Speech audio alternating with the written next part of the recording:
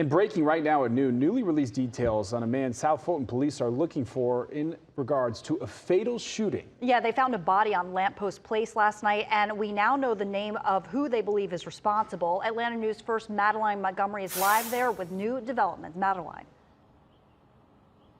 Just this morning, there were police all over this street trying to find this man. You can see a door over here at this house when they were searching for him last night. And we actually have his picture. His name is Rodney Jarrell, and South Fulton County Police say he's wanted, armed, and dangerous. They're saying he's connected to this scene in Bluffington Park.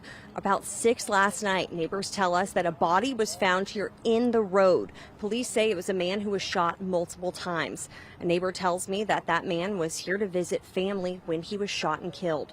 Police are naming Jarrell as the suspect. They believe he was inside one of these homes and that he was inside with hostages. And so a standoff ensued with South Fulton's SWAT team until they realized no one was inside. South Fulton Police, Fulton County deputies, and Union City Police used canines, drones to search for Jarrell through the night and into this morning. And so now police need your help to find Jarrell. They're asking anyone with any information to reach out to them, and they're saying if you do see him out, to make sure to call them rather, and do not approach because they say he is armed and dangerous. For now, reporting live in South Fulton, I'm Madeline Montgomery, Atlanta News First.